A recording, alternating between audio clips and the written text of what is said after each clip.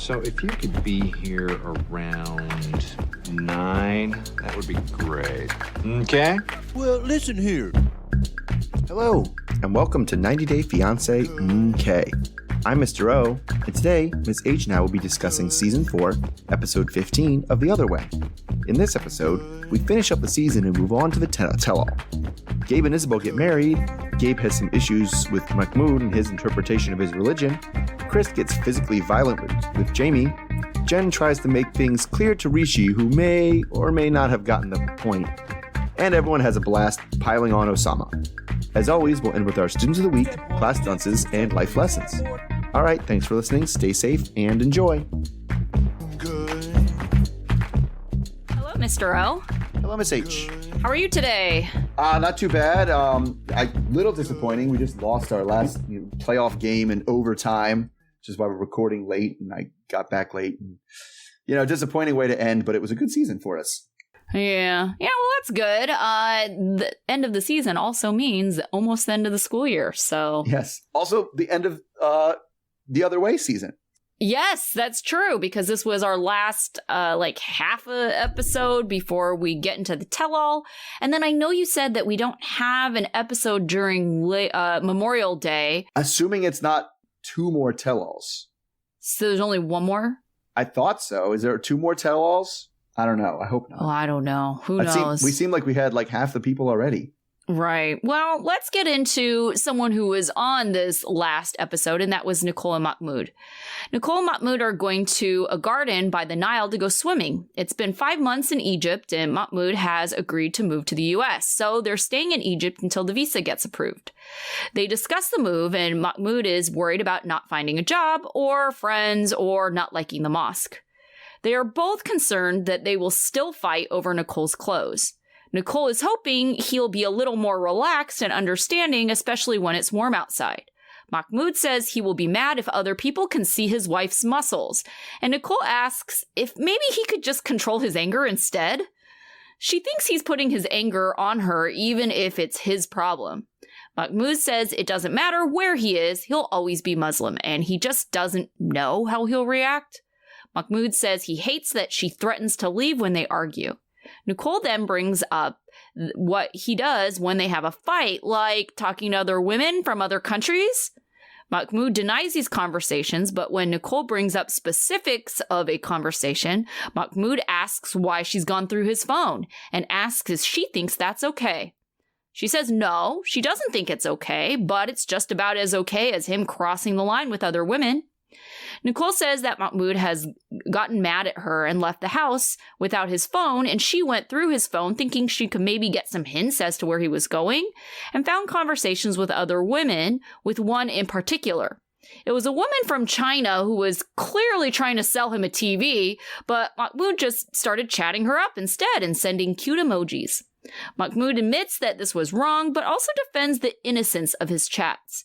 He claims that there's nothing in those chats and it was stupid and didn't mean anything, and he's sorry.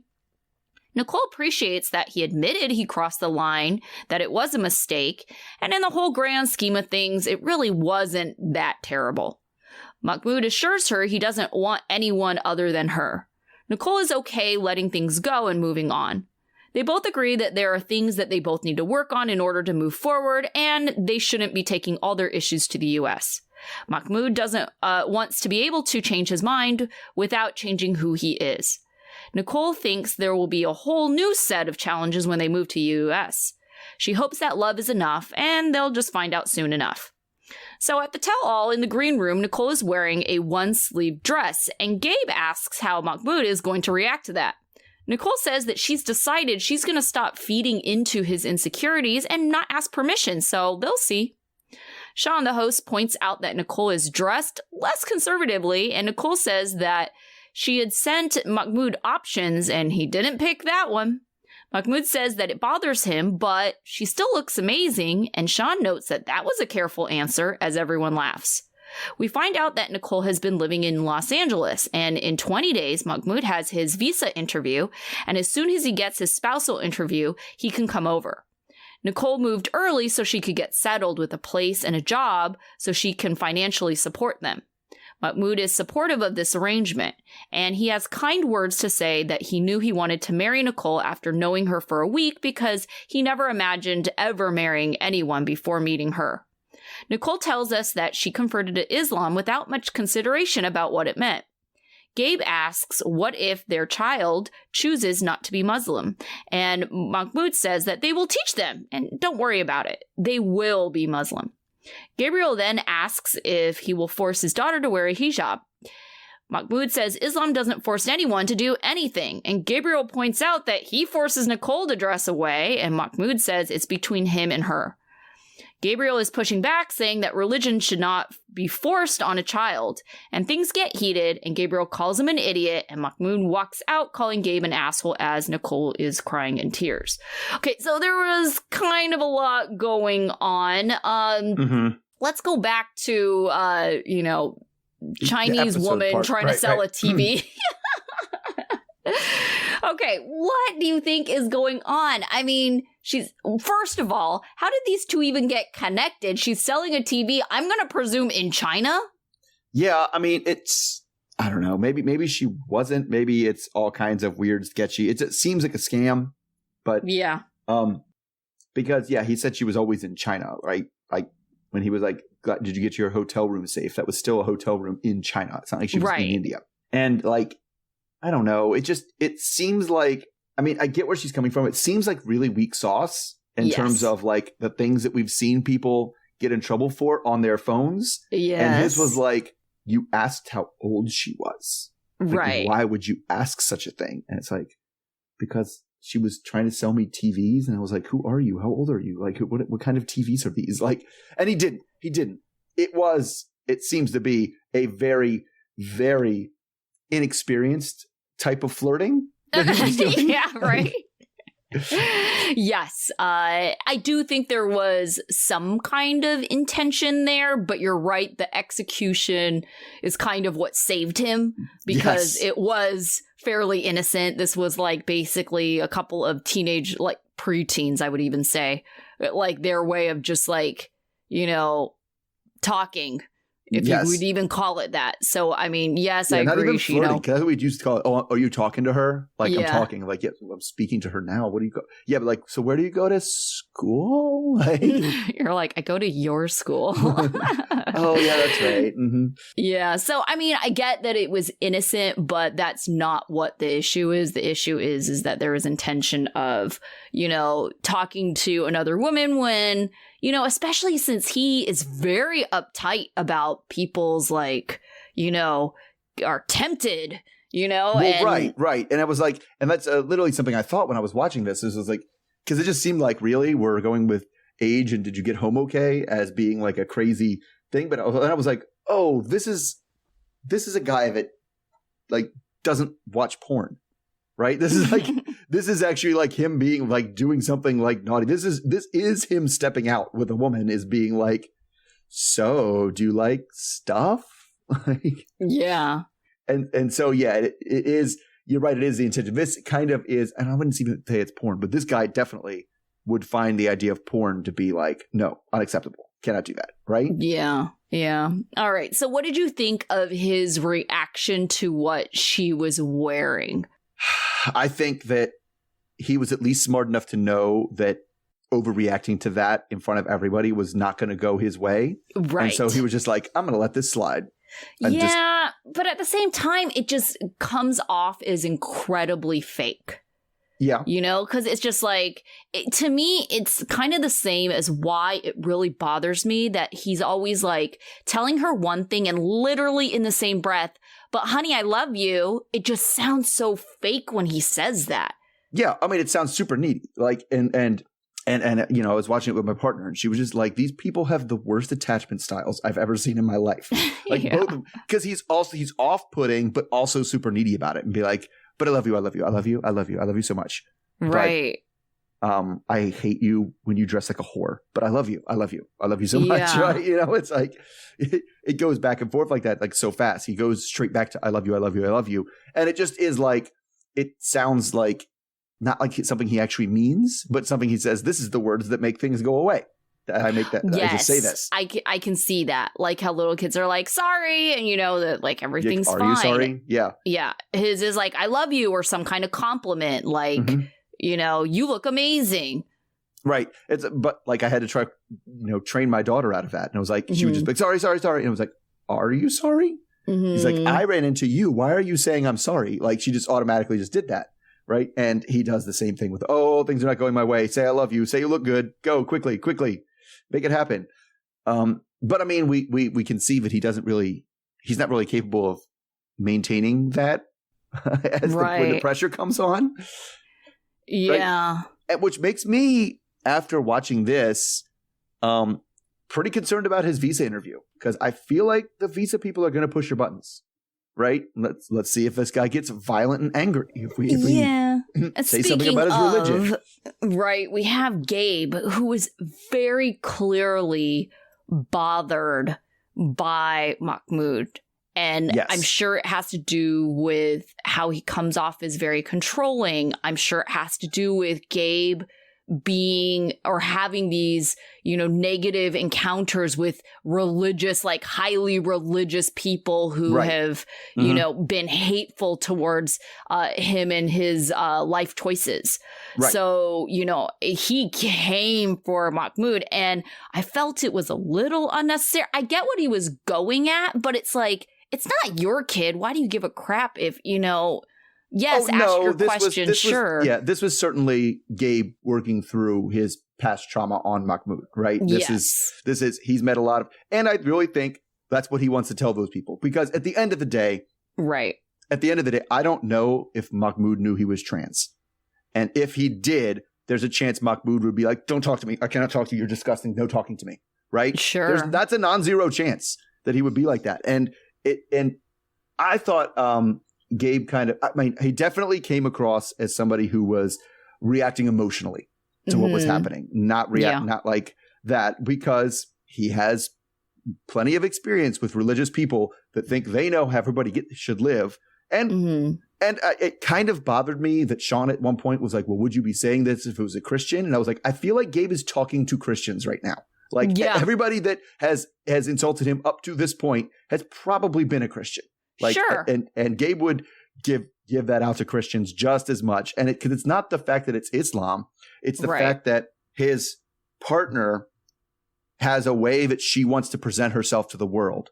And he says, no, you can't do that. You have to do what I say. You have to present yourself the way I want you to. And that's literally been his entire struggle, his entire life. Oh, sure. Yeah. And then using religion as the reason. But it really just seems like, then I don't know. It kind of goes back to the whole, even what Gabe's experience with, we found out his name, Reuben. I wrote it down. Isabel's dad. We're like, we finally got a name. Even like Reuben talking to him, it's like he said, we're taught to love people like in our religion. So why wouldn't I love you? But it's like, yes, I feel like that is certainly part of the teachings, but that is not how it gets executed. Like realistically, and that has not been Gabe's experience. Right. And that's where he comes with the forcing, right? And that was just a miscommunication, a thing that I feel like sometimes I see religious people of all stripes and it bothers me. And it's kind of the idea that I'm getting there as not getting there as a parent, but as a parent, I don't understand where other people are coming from, is that you don't own your children. They are not your property. They are their own people. Right. And the idea of it is like, he's like, well, I'm not going to force him to be a Muslim. I'm just going to teach him. And if I teach him the right way, then he'll be a Muslim just like I am and think the exact same thing I thought. And he's like, well, then that's indoctrination, and indoctrination is forcing. Like if you don't let them have their own opinions and you're just so confident that I will teach that, you think I don't know how to teach my child to think exactly like me. And it's also a super naive thing for somebody who's not a parent to think, right? Yeah. Like, I mean, on the smaller scale, it's like, wow. And you know this about me. I really like sports. Right. And so I was like, well, I'll be there. There will be sports in my kids' lives. We'll play sports. We'll do stuff. Both of my girls fucking hate sports. Both of them. Absolutely. And there's like, they want nothing to do with it. They don't want to play it. They don't want to watch it. Yeah.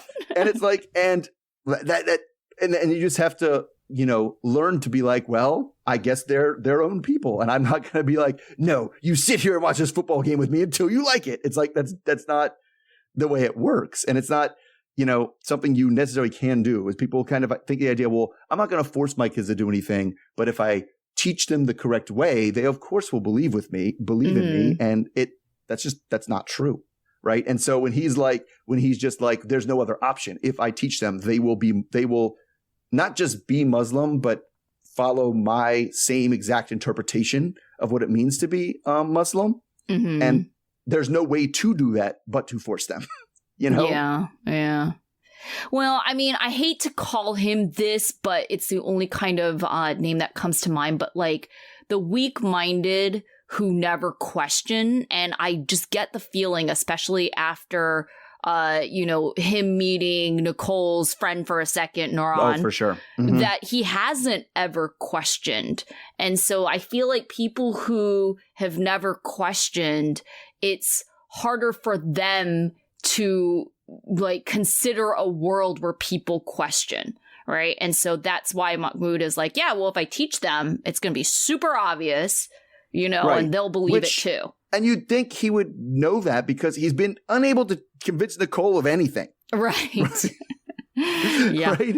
Just like she's been teaching Nicole about this for how many years now? And it's like nothing. She's got nothing. Right. Yeah. All right. So let's go on. And let's talk, because we were talking about them. Let's talk about Gabe and Isabel. So we see them in the episode, and Gabriel's finally putting his suit on. So maybe this Monica stuff is kind of behind us. And it ends up just kind of being, they just kind of blow past it. So he's not telling Isabel about the Monica situation because she doesn't need any more stress today. So he's just going to tell everyone that she's sick and move on from there. So he arrives and gives, as you said, we learned Isabel's dad's name, and it's Ruben. He gives Ruben a hug and introduces him to his mother. So Isabel is relieved that Gabe is here, and while she's still upset about him being late, at least he's here now and they can go through with the wedding, get here what they came to do, get it done. So the wedding starts, which is always a really boring part to write about because it's just, they're all pretty standard. There's emotional music. They have happy smiles. There's tears. We didn't even get vows this time. We got like them repeating the stuff. But it does remind us, the one thing about a wedding is that, and my advice for people, free life lesson in here, before the wedding, practice putting the ring on somebody else's finger because it's weird and you're not used to doing it. And it's not hard to figure out, but like just practice it a couple times. Okay.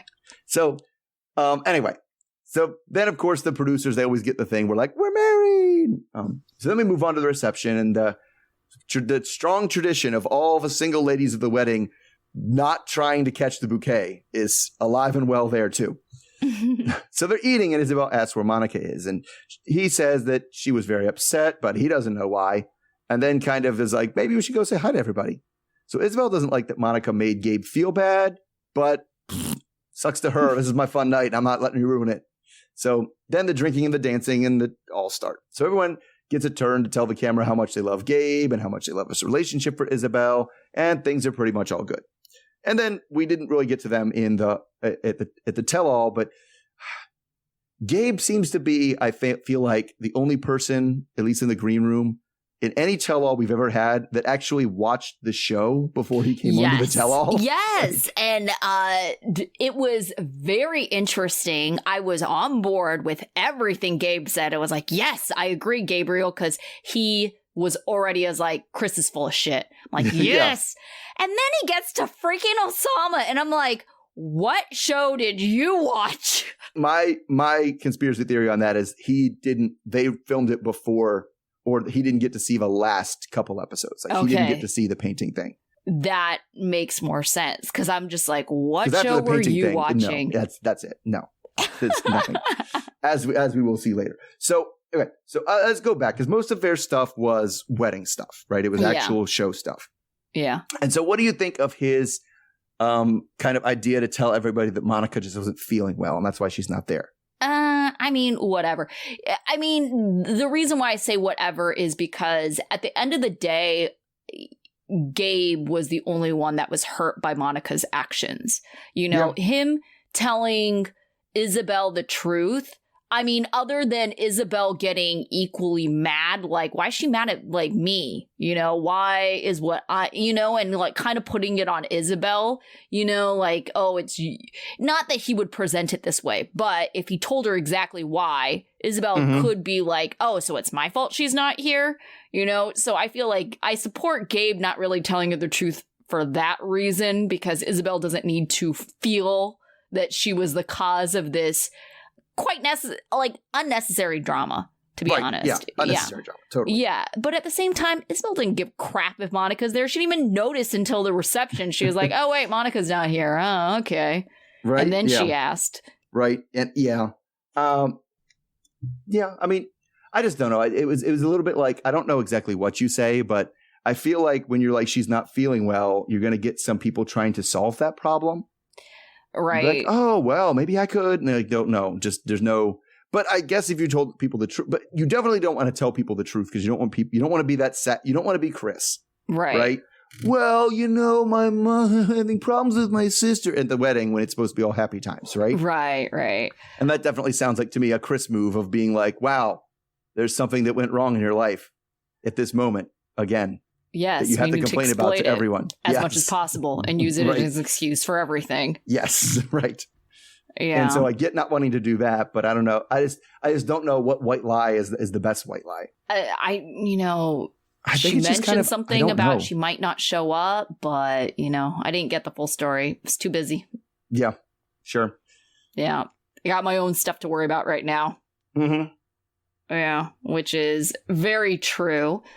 Okay, so let's move on to Jenn and Rishi. So Rishi is brokenhearted over the breakup, and he's not quite ready to accept it. So he goes to the temple to pray and to meet with his astrologer and friend, Nitesh. He tells Nitesh that Jenn and her friends came to visit his family with a translator, and they told his family about the engagement. His family rejected their relationship because of their age, and Jenn gave him back the engagement ring, even though they both love each other. He tells Nitesh that he doesn't want to give up, but Nitesh told to him he saw in their horoscope that he never saw them getting married, but he just didn't tell him because he's also his friend. Nitesh repeats that they were not meant to be married. Rishi says he believes in love more than he believes in astrology, and he wants to fight for this relationship. Jenn thinks that Rishi needs to understand that it's over, and maybe he won't until she's out of the country. But in the meantime, they are meeting up for tea. Rishi gives Jenn an awkward side hug. Rishi tells Jenn he's been having a hard time accepting the breakup. Jenn says that they both need to move on, and she's going to move back to the US and tells him that this is the last time they'll probably see each other. Even though they had this tell-all that they knew was going to happen. But they hold hands as Jenn tells him that she wants him to be happy. Rishi is quiet but clearly emotional. Rishi says if this is what she wants, he will do it for her. He tells her what a beautiful person she is inside and out. He says that it's only because of circumstance that they can't be together. Jenn doesn't regret the relationship because of all the love that was there. They share a very quick kiss as they say goodbye. Rishi says he will fight for the relationship even though he knows he'll be fighting alone, and he's not sure if he'll ever see her again. Okay, so at the tell-all, since Jenn has come back, she says that Rishi and her have talked a little bit. She was kind of coy. That was just kind of more of an intro. I'm sure they'll have their segment coming up the next time. But what do you think Rishi means when he says he's going to fight this relationship alone? I literally have in my notes, what the fuck does that mean? How do you fight for a relationship alone? That doesn't make any sense at all. No, it doesn't. It's like, okay, you're going to fight against her? For her? I mean, I guess in theory, if he went and tried to get his parents to say it was okay, and then he could go back to her and say like, oh, my parents say it's okay now. Like, you can live in Mumbai, and I've moved heaven and earth and bent the whims of culture to my will, and now it's good. Then I guess he could probably get her back. But that's not realistic at all. So I don't know what he's fighting. I mean, I'm not even an astrologer, and I'm like, yeah, I could have also told you that this was never going to happen. Yes, those stars. What stars? I don't even know how. You know how many stars have to line up for that to be a possibility? It's like all of them. Just all the stars have to be in a single line in the sky. Yeah, not like, gonna happen. Now we can do it. Yeah. Well, I mean, but I think it also doesn't help, like, his delusion of, what will or won't be if, he's fighting alone, as he says, and he's getting some positive feedback because apparently him and Jenn have been talking. Yeah, I don't know. I literally think they were just talking about that they should both wear green on the tell-all, gosh. because they definitely coordinated with each other. I don't know that it was that much talking, because I actually thought Jenn did a really good job in this episode. With of what? He wanted to meet again, right? Yeah. After she gave him the ring back last time. Right. And she literally was just, the way she kind of handled that conversation, it was like, tell me where you think we stand right now. Yeah. Because I need to hear from you where you think we stand. And then after you tell me that, I will tell you where we actually stand. So there is no confusion here. Right. But then at the same time, talk about mixed signals. Like, I was like, wait, why did they just kiss? Now I get that this was not like a make-out kiss, but it's also, I don't know. I as an adult, I don't kiss my parents on the lips. It's just like, what was that? No, I could. Okay, a hug would have been more appropriate, but and it's tricky because they do still care for each other, and I think he's accurate. If the situation were different, then they would be together. It's not the dynamic between the two of them that's wrong, right? That doesn't work. And so, like, I've never broken up with someone that I was still like, we were both in love with each other and we still broke up, right? That's a unique situation.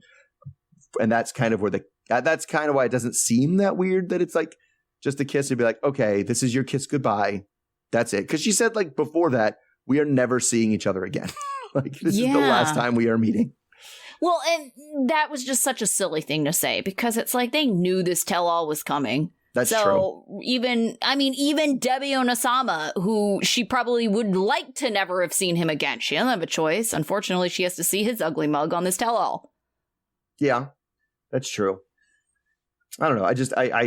They're done. I mean, they're done. And this is kind of one of those ones where we had to pretend to come on the tell-all. Like, I think it's a hi, happy birthday, like type of talking. And it's like, well, I'm not going to say we didn't lie. I don't think they're actually in any kind of steps to make any kind of get together happen. Yeah. Yeah. All right. So let's kind of move on to mine. So we didn't really see much of Danielle and Johan, except for them kind of arriving and then Johan interrupting during Oussama's big thing. So we'll talk about that later. But I don't know. Danielle is always still being Danielle, thinking that, everybody's going to criticize me for standing up to this beautiful, gorgeous man. They think I should just do whatever he says. Like, no, that is not why they're going to criticize you, Danielle. Like, get your, I don't know where your head is, but you got to get it out of there.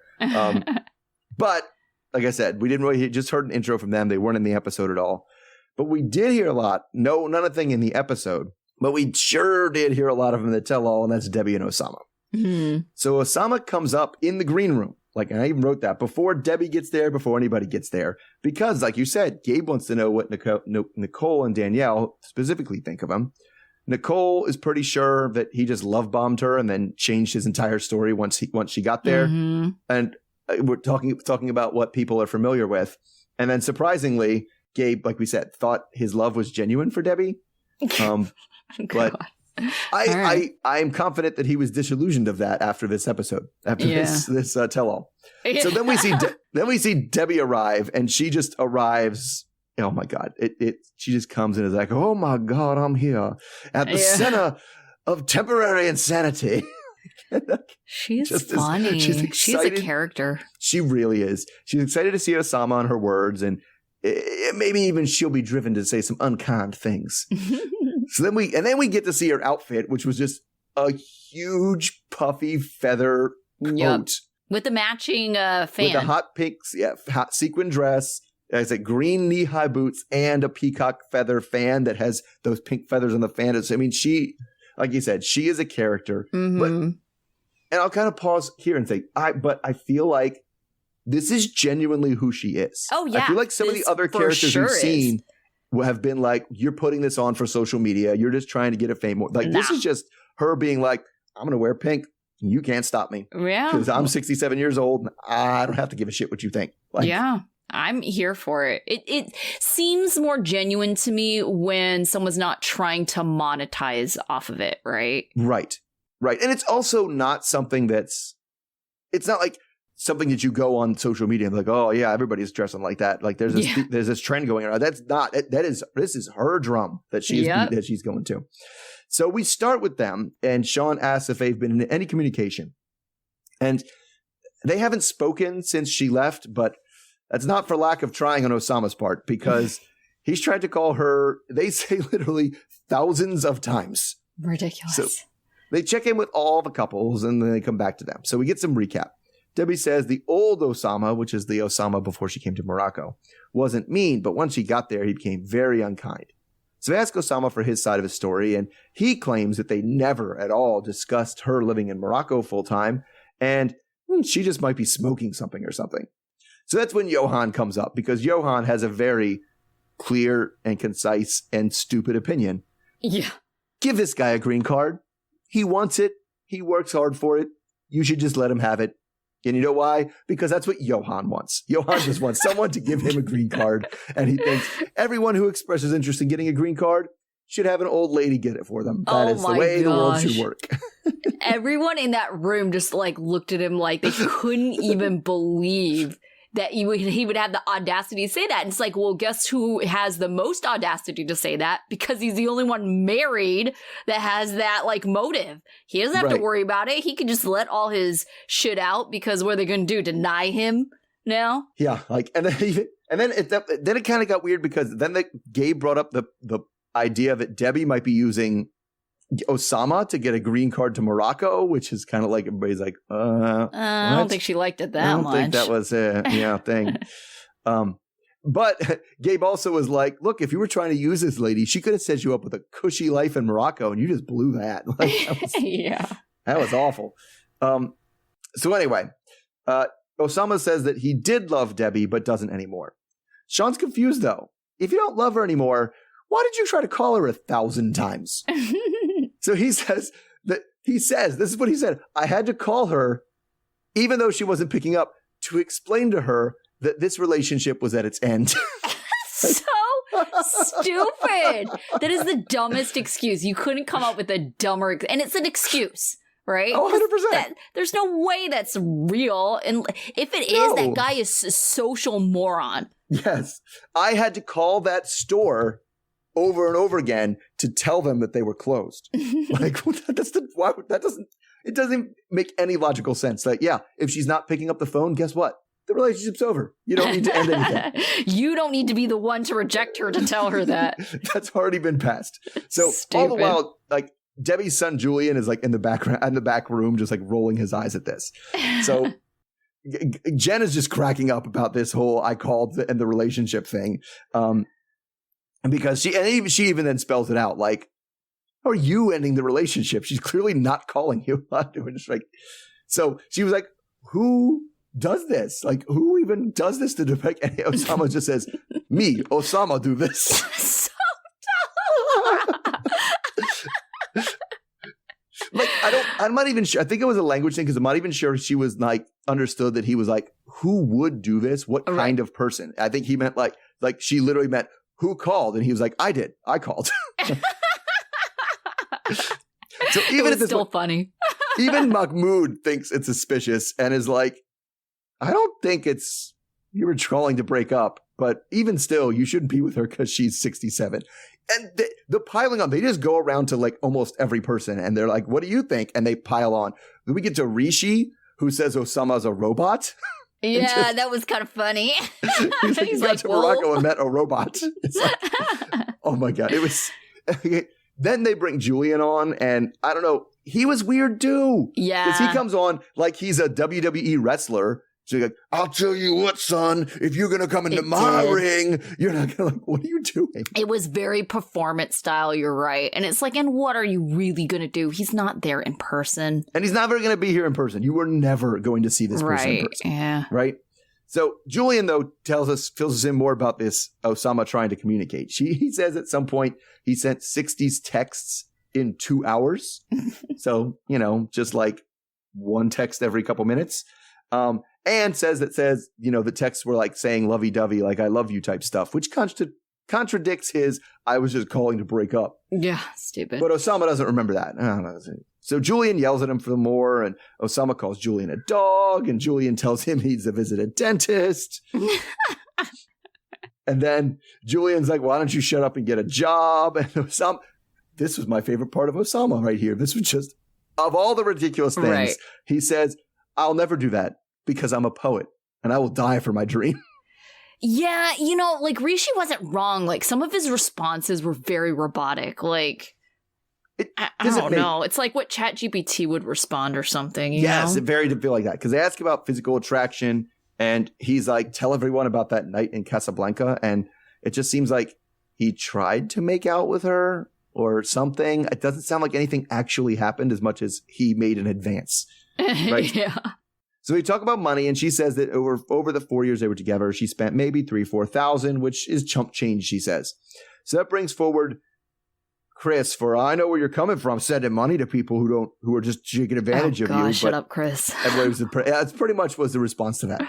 Yeah. So then they're like, even Gabe's still trying to defend his boy here, being like, well, why don't you don't have to get a real job? Why don't you just, sell some art? People love to come to Morocco and buy Moroccan art. That sounds like great. And he was like, no, under no circumstances. I can only sell it to those that understand the deep meaning of my art. Oh my god. This is the part that made no sense to me. I want someone who appreciates my art, not someone that will hang it in their living room. It's like, what do you think appreciating art is besides hanging it in your living room? Wow. Gabe's reaction was really funny too. He's like, dude, I'm really trying to be on your side here. Yeah. So it makes sense to literally no one. Even Gabe was like, what does that mean? And Oussama was like, well, you can't understand because you're not an artist. It's like, what? So they leave this to circle back to ask if he tried to get Debbie back into a relationship. And at this point, he maybe kind of admits it. I don't know. So Sean asks if Debbie would respond to him after today. And she was like, he'd have to move a mountain.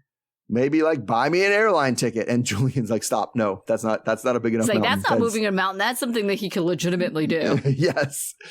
So, but Oussama says he has no interest in that. So they take a break. And then after the break, we have a super awkward part where then Debbie is trying to hook her son up, Julian, up with Jenn. He was like, hey, she was making googly eyes at you. She's cute, right? I was going to say that I noticed that too. Like, Jenn was super like, oh, when Julian came out, and then she said something that was like in support of what he was saying, and I was like, yep, I think she's into him. That would be something. I wouldn't necessarily be into. I mean, he said at one point he's a cop, and that is extraordinarily believable. Like he definitely has big cop energy. He for sure gives off those vibes 100%. Yeah, even like ex-military turned cop. I can definitely, he gives off those vibes for sure. So, I could see there's like, it's so funny to me, like this whole like 90-day connections, like Veronica, who was hosting this show, she was kind of seeing Kim of Kimbali's son, Jamal. So it's like, I feel like there's all these random like connections. So who knows? Maybe Julian and Jenn are the next thing. Maybe. So, all right. So which of all the things, which of the Oussama-isms was the most ridiculous? I thought Oussama did that. Like referring himself in the third person. I do. I'm the kind of person that does that. Me. Oussama does.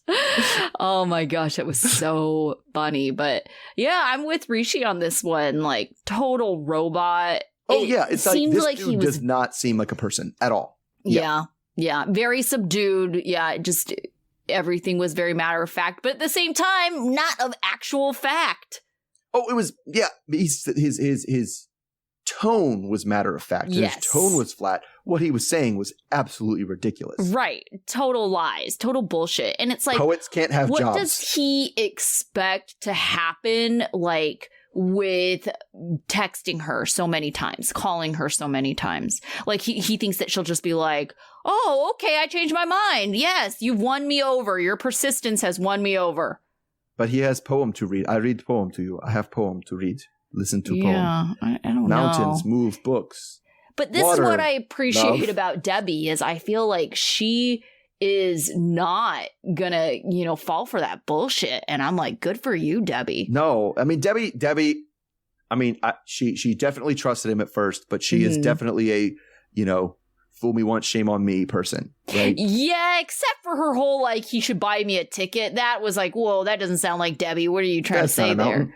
I mean, I think it might have been to be like, I know he's too broke to buy a plane ticket. Right. You're like, trust me, to be able to afford a plane ticket is moving a mountain. Yeah, without having a job or selling your art or like that was, that was the part that I was like, what is, I really want to know what this guy's dream is. Like when he pictures himself as a successful artist, what is he doing?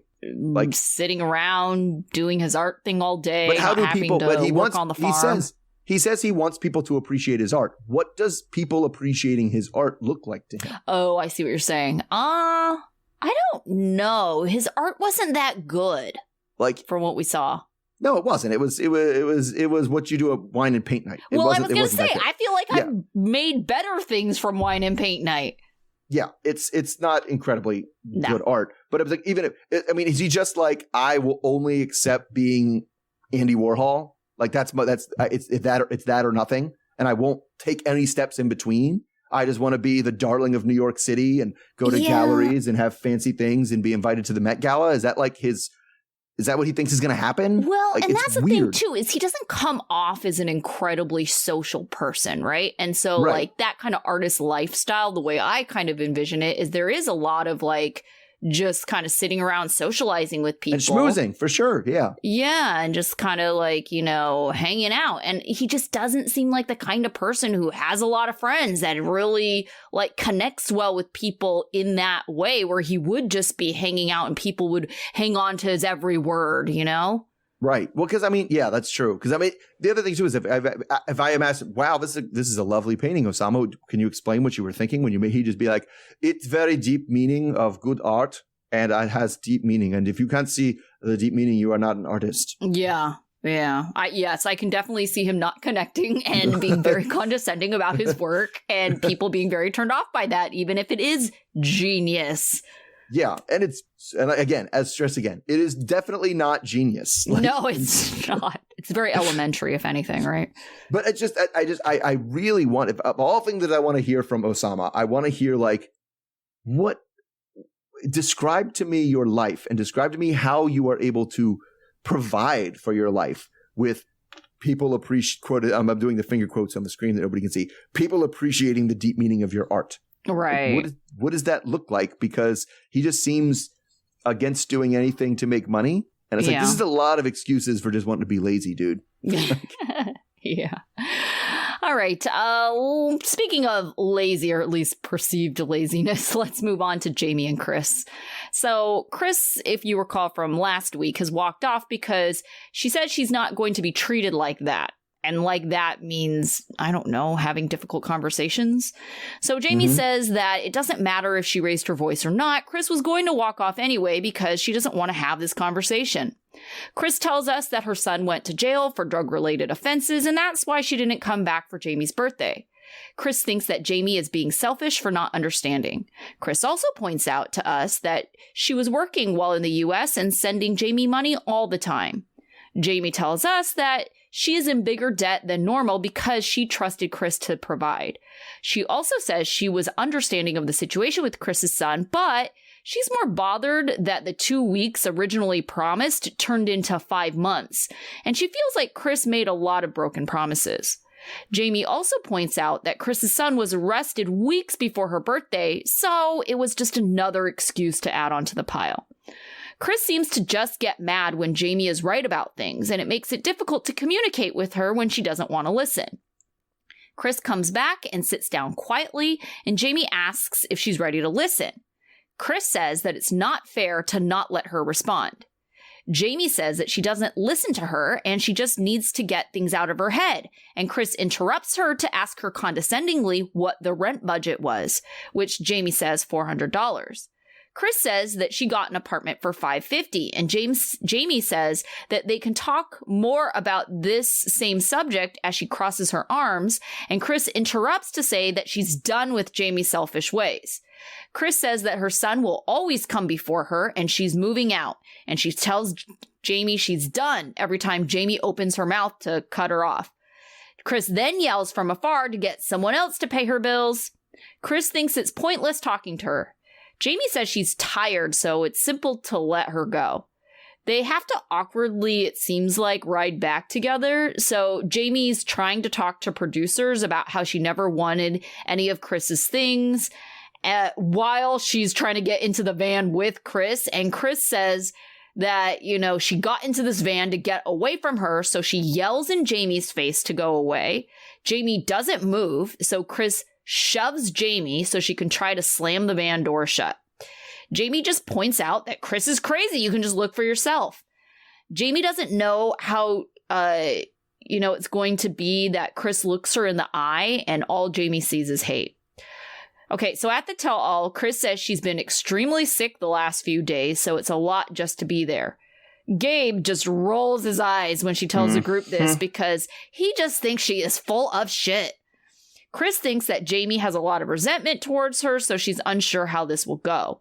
At the tell-all, we find out that the two of them haven't talked since the last fight. All right, so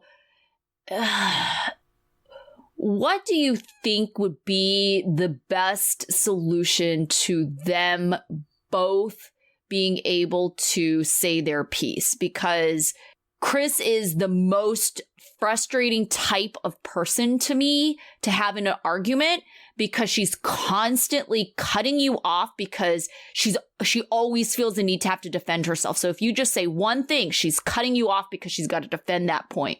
Right. No, they need to have the speaking toy or ball or conch or whatever, but she also has to follow it because you're right. Yes. Because you're like, because Jeyme's like, let me say my piece and I want to say what I have to say. And then literally, instead of like responding to the points, she doesn't even say I'm responding to the points. She says, why did you have to give me a chance to defend myself. How am I supposed to hear after you give me a chance to defend myself? I need to defend myself.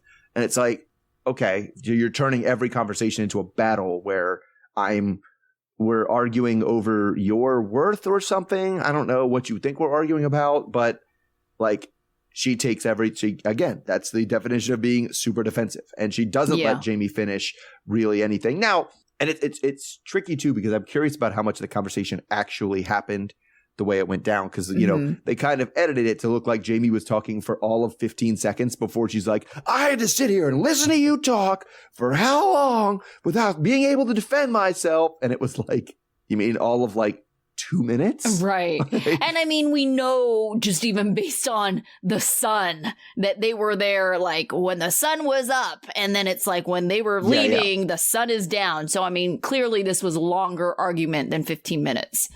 Yes. Yeah. And so I do think you make her look bad on that, but I don't know. It's hard to take her side on things like that when she does that, when I don't think there's been a scene all season that didn't start with her complaining. Yeah, she's just negative energy all around. She is the most like annoying type of person. Like I could never have any kind of friendship with this person. I couldn't be friends with her. Absolutely not. Absolutely not. I mean, and then to me, kind of like this is just exemplifies my frustration with her is, when she decides that she's done at anything Jeyme's saying, I'm done. She's cutting her off. I'm done. I'm done. Right. I'm done. Yeah. Jeyme can't speak. And it's just like, oh my gosh, just get out of here. Yeah. I mean, the thing that bothered me was when, even at the tell-all, they're like, oh, hey, Kris, how are you? I was violently ill last night. It was terrible. I can't even. I'm like, okay, everything's about you. Good. Okay. Like, even if you were violent, like, because I was like putting in my head, what if I was sick all night? I'd have been like, oh man, I had a pretty rough night. I wasn't feeling great, but you guys look great. Like I would not dwell on that. Everybody should feel sorry for me because I was violent. I definitely would not use the phrase violently ill. Yeah, she definitely comes off as someone who has that Munchausen's You know, like, I do think there is some truth to, like, her ailments, right? But I also feel like she dramatizes it for attention as well. Well, okay, so what I thought was funny, did you catch it? Okay, I'm curious about how familiar are you with the movie Friday? Not at all, sorry. Oh, man. Okay, so there's a part in the movie Friday where, like, the drug addict person that's always like bothering everybody, like falls at his store on purpose and goes, my neck, my back, my neck and my back. Right? Yeah. Gabe 100% almost said that about Kris. He was like, oh, my neck, oh, my back, oh, my other thing. Like, he was like, wait, I probably shouldn't directly quote the movie. Implying that this is 100% fake. I didn't realize what that was in reference to, but yeah, like she's just so terrible. And I'm really interested, I think probably the most interested to kind of hear, you know, their portion of the tell-all, because I think this is certainly a better forum for Jeyme to finally to get to say what she wants. And it also helps that even if Sean kind of wimps out, like being hard on her, you know, Gabe's coming for her. And I'm like, I'm for it. Oh yeah, Gabe is right. Not about her at all. The way he went after Mahmoud, it's like, okay, good. Yes. Same intensity. I just feel like there's going to be a lot of, Jeyme actually got to tell her story. And instead of Kris being able to just be like, well, you know what? You're selfish and I'm done. It's going to be like Sean being like, whoa, she said that. Is that true? Yeah. You know, like, right. Is that what happened? And she'll have to be like, well, like, you know, and actually have to respond to it, which is what she's been trying to avoid doing this whole time. Yeah. Right? Well, I mean, okay. And Jeyme's not wrong. Like, it does make you wonder, like, is this the first time Kris has shoved Jeyme? She did not seem bothered at all by it. She did not seem apologetic at all by it. Nope. And Jeyme was kind of like, do you not see that this is a crazy lady? Mm-hmm. Mm-hmm. Well, and then again, the bringing the son into it, right? Mm-hmm. With the son getting arrested for drugs or whatever, which, yeah, that's why you had to stay. But you should have been back 4 months before that happened. Right, right. And so that you can't use as an excuse of why you had to be there, because that happened literally 4 months after you said you were going to come back. Yeah. Yeah. Like, and I mean, and her like whole thing with like, I'll always be a mother first. I'll always choose my children over you. You know, it's just like, I don't know. I don't know what the answer is to that, like in terms of priority, considering you have grown ass adult children. Yeah, it's an adult child that you chose to leave in the United States without him. Yeah. So to then pull, well, I'm a mother, and that comes first. And I'll always choose them. It's like, well, then maybe why did you move to Colombia then? And that's definitely a kind of a two-sided thing. Yeah. It did make me kind of wonder, though, when she said that her son was into drugs. It's like, you know, Kris, I couldn't really put my finger on it, but she's got kind of like a meth adjacent look. Yeah, I mean, it's. I'll be honest about her. I'm not going to make accusations for anything that I don't know anything about, but it's been in the back of my head the entire season with her. Yeah. Well, I mean, yeah, I think it's been in the back of my head since we saw like the whole, wasn't she talking about like being on prescription pills or something like that? Well, she has her neck, and she literally went back for the pain pills. Yes. Like the net pills for her. No, it was for her, or was it for her? No, that was pills for her narcolepsy. Right, pills she went back for. Yeah. But yes, she does have pain pills too. So it's like, yeah, it's that the thought has crossed my mind as well. So it would explain the difference in behavior for a lot of things.